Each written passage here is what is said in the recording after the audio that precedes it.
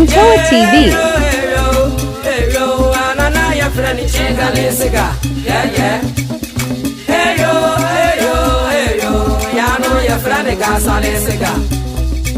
Osra de Tiana Bama for the Tiana Wabe could be a good name when the Matrania or the Makua, a friendly dongo.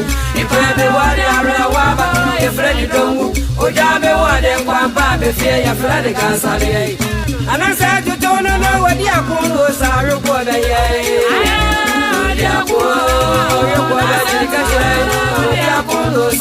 Put your jump out was a bama with the Apoloso. And I don't know now, Quapuno, and Aquaria.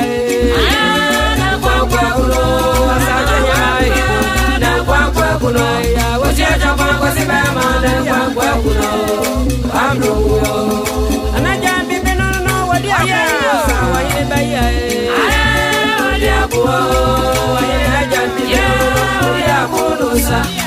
Japa kwa sibema wedi akumusa. Pamido.